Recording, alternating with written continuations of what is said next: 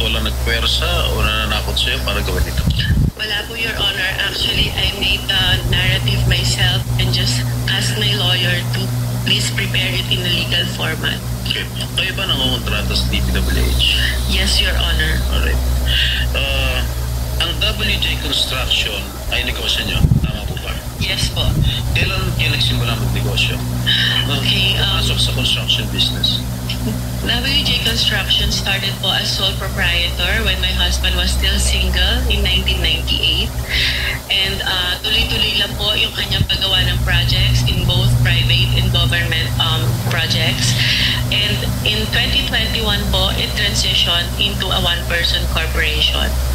So, ano yung mga kontratang nakukuha nyo sa DPWH? Meron ba mga flood control projects? Meron po kami huling last ginawa na flood control in 2023 po. 2023? Yes. Ano-ano po lugar? Sa Manila po. Sa Manila lang? Yes po. Okay. Ilan yung mga flood control projects nila?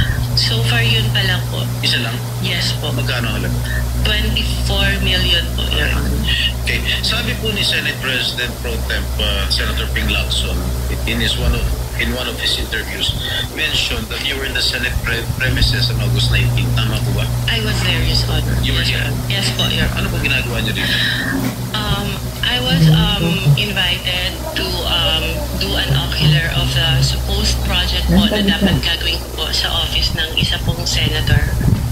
Sino po? Pwede ba malaman? Your Honor, if I may, it was already stated in the affidavit po that I have submitted, and with due respect, sana po not to name na lang po the good senator because he's not really involved naman po in Yes, any of this. I know that Senator. I vouch for his credibility and integrity also.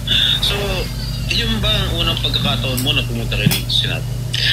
Nagpupunta na po ako dito in the past, Your Honor. In the past? Opo. Anong ginagawa niyo in the past dito? Matagal na po yun, nung senator pa po yung ninong ko, si Joker Arroyo. Kasi po, bumibisita po ako sa kanya and yung mga kaibigan ko po sa Broome. So, sino-sino mga pinupunta? Senator Jinggoy, in fairness to all the senators, not only those present here, I would suggest that Ms. Jose or Mrs. Jose should identify kung kaninong office siya nagpunta. Okay,